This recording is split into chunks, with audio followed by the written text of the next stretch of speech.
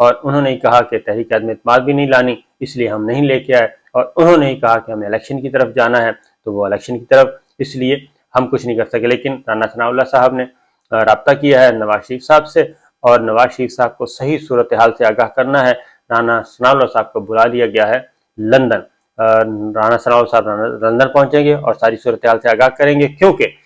ان کا خیال یہ ہے، رانا صاحب کا بھی، کہ مسلم لیگ نواز کے اندر بہت ساری کالی بھیڑیں ہیں اور ان کالی بھیڑوں کو نکالنا ہے۔ جاوید لطیف صاحب کا بھی یہی خیال ہے، شاہد خاقان عباسی صاحب کا بھی یہی خیال ہے، اور بھی بہت سارے لوگوں کا یہی خیال ہے۔ ان کا خیال ہے کہ مسلم لیگ نواز کے بہت سے رہنما جو ہیں وہ وکٹ کے دونوں طرف نہیں بلکہ وکٹ کے تینوں طرف کھیل رہے ہیں۔ وہ پاکستان تحریک انصاف کے ساتھ بھی رابطے میں ہیں، اور وہ راول پنڈی سے بھی رابطے میں ہیں، وہ اپارا سے بھی رابطے میں ہیں، پتہ نہیں کون کس کا کھیل کھیل رہا ہے۔ اور شہباز شریف صاحب جو ہیں وہ بھی بالکل وزیر اعظم ہاؤس میں مقید ہو کے رہ گئے ہیں، اور اسحاق ڈار صاحب نے بھی کچھ اسی طرح کے خدشات کا اظہار کیا ہے نواز شریف صاحب سے۔ انہوں نے کہا ہے کہ جناب ذرا جاگنے کا وقت آ گیا، ورنہ تو ہم الیکشن ہار جائیں گے۔ اور دوسری جانب پاکستان مسلم لیگ نواز کے پنجاب اسمبلی کی جو پارلیمانی پارٹی ہے، اس وقت چونکہ ابھی تک اسمبلی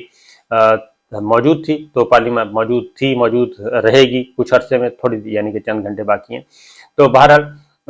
وہ جو پارلیمانی party MPs, sitting MPs جو ہیں، انہوں نے یہ کہا ہے کہ جی ہم ابھی تک اگر فوری طور پہ ہم الیکشن کی طرف گئے تو ہمیں کچھ نہیں ملے گا، کیونکہ ترقیاتی فنڈز جو ہیں وہ چودھری پرویز الہی صاحب نے جاری کیے ہیں اور ہمیں کچھ ملا نہیں ہے، اس لیے ہمیں کچھ نہیں ملے گا، لوگوں کا غم و غصہ بھی بہت ہے، اس لیے الیکشن کو تھوڑا سا ڈیلے کیا جائے تو زیادہ بہتر ہے۔ لیکن اس کے آپشنز بہت کم نظر آ رہے ہیں الیکشن ڈیلے کرنے کے۔ صرف ایک صورت میں ہو سکتے ہیں کہ اگر سارے کے سارے عام انتخابات جو ہیں، قومی اسمبلی بھی تحلیل ہو جائے اور اس کے بعد پھر تمام انتخابات ایک ہی دفعہ ہو، تو پھر پولیٹیکل پلیئرز کے درمیان انڈرسٹینڈنگ ہو سکتی ہے، اور اس کے چانسز موجود ہیں کہ پھر عام انتخابات عید کے بعد یعنی کہ 20 اپریل کے بعد کسی وقت ہوں گے، اور کیونکہ عید جو ہے وہ رمضان المبارک 22 مارچ سے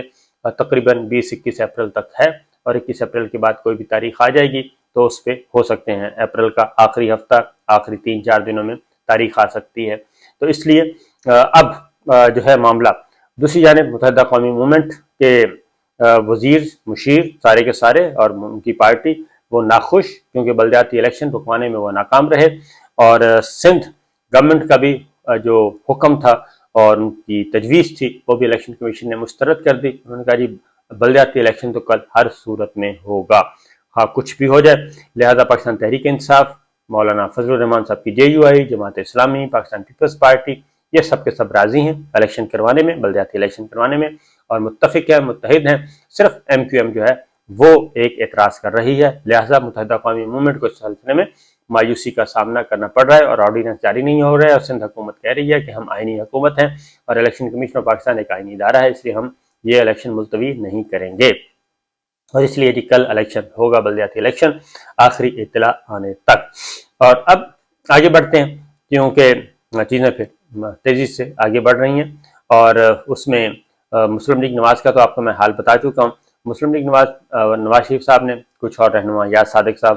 بہت سارے لوگ آئے ہیں، انہوں نے لیگل ایکسپرٹ سے بھی ساری رات صلاح مشورہ کیا، صبح تک صلاح مشورہ کیا کہ کیا کیا جا سکتا ہے کس صورت میں، کیونکہ تمام آپشنز جو ہیں وہ گزر چکے ہیں۔ گنتی کو چیلنج کرنے کا آپشن تھا، وہ گزر گیا۔ ایک گورنر صاحب جو ہیں وہ لاہور ہائی کورٹ میں، انہوں نے اپنا نوٹیفیکیشن واپس لے لیا، وہ لمحہ گزر گیا۔ اب ہر چیز تو تسلیم کی جا چکی ہے، اس لیے اب آگے کی طرف جانا چاہیے نہ کہ پیچھے کی طرف، ورنہ کرائسس بڑھتے جائیں گے۔ اور اطلاع یہ ہے کہ نواز شریف صاحب بھی کہتے ہیں کہ اس معاملے کو چھوڑیں، آپ الیکشن کی طرف جائیں، ہمت کریں، جو بھی رزلٹ آئے گا دیکھا جائے گا، کیونکہ چیزیں کچھ اور بھی ہیں،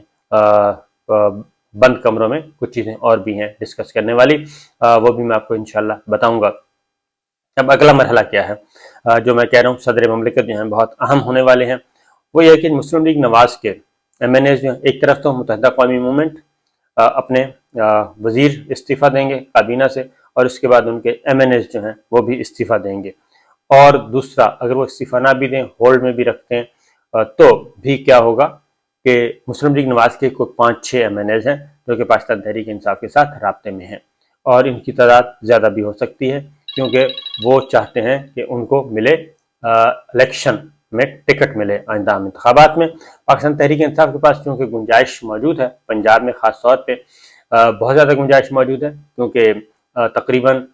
23 MNA جو ہیں وہ لوٹے ہو گئے ہیں اور منحرف ہیں، تو ان کی جگہ پہ وہ حلقے خالی ہیں، تو لہٰذا ان حلقوں کے جو لوگ ہیں موسٹلی وہ رابطے میں ہیں مسلم لیگ نواز کے، اور وہ چاہتے ہیں کہ ان کو ایڈجسٹ کیا جائے۔ مسلم لیگ نواز کے پاکستان تحریک انصاف کے ساتھ رابطے میں، وہ چاہتے ہیں ان کو ایڈجسٹ کیا جائے، لہٰذا اگر یہ چیزیں میچور ہو جاتی ہیں، جو کہ میچور ہو چکی ہیں ہماری اطلاع کے مطابق، اور پاکستان تحریک انصاف عمران خان صاحب نے فیصلہ کر لیا ہے، انہوں نے اپروول بھی دے دی ہے، وہ یہ ہے کہ جیسے ہی یہ لوگ کنفرم ہو جائیں تو پارٹی جو ہے کہے گی صدر مملکت کو کہ جناب یہ فارغ ہو چکے، کیونکہ ان کے استعفے منظور نہیں ہوئے MNAs کے، تو پاکستان تحریک انصاف کی پارلیمانی پارٹی جو ہے وہ دوبارہ بیٹھ سکتی ہے، جب کیونکہ پرویز اشرف صاحب نے استعفے منظور نہیں کیے، اور اب وہ کارڈ کھیلنے کا وقت آ گیا ہے کہ ٹھیک ہے جی استعفے تو منظور نہیں ہوئے، لہذا اعتماد کا ووٹ لینے کا کہیں، تو وہ اعتماد کا ووٹ لینے کا صدر مملکت کہیں گے جناب شہباز شریف صاحب کو۔ گھی سیدھی انگلی سے نہ نکلے تو پھر ٹیڑھی انگلی سے نکالنا پڑے گا، اور اس طریقے سے شہباز شریف صاحب کو مات دی جائے گی، اور ان کو کہا جائے گا کہ جناب آ جائیں، تشریف لے آئیں اور اعتماد کا ووٹ لیں۔ وہی ایکسرسائز جو پنجاب میں پاکستان مسلم لیگ نواز نے شروع کی تھی، پاکستان تحریک انصاف وہی ایکسرسائز مرکز میں کرے گی، قومی اسمبلی میں، اور اگر MQM اور ایک اور جماعت بھی ہے وہ بھی انکاری ہو سکتی ہے اینڈ ٹائم پہ آ کے، اور وہ بھی انکاری، متحدہ قومی موومنٹ بھی انکاری، مسلم لیگ نواز کے MNAs بھاگ گئے، تو پھر کیا ہوگا؟ اس کا مطلب ہے کہ آپ کی میجورٹی ختم ہو چکی ہے، اور آپ کو یہ ذہن میں رکھیں کہ کسی لوٹے کا، کسی منحرف رکن کا ووٹ شمار نہیں ہوگا۔ وہ غیر حاضر تو رہ سکتا ہے، غیر حاضر رہ کے جان چھڑوا سکتا ہے، لیکن ووٹ نہیں شمار ہو سکتا، سپریم کورٹ کا فیصلہ موجود ہے۔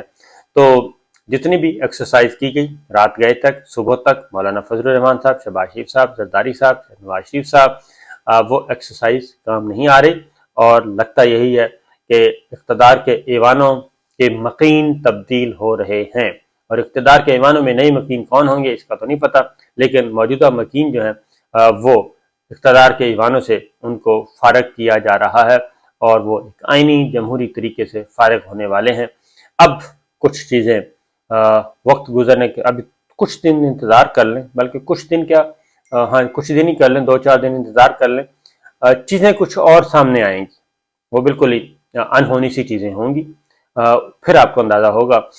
کہ جناب یہ کھیل چل کیا رہا تھا، اور یہ کون کہاں سے کھیل رہا تھا، کیسے یہ سب کچھ ہو رہا تھا، بہت ہی حیران کن باتیں ہیں۔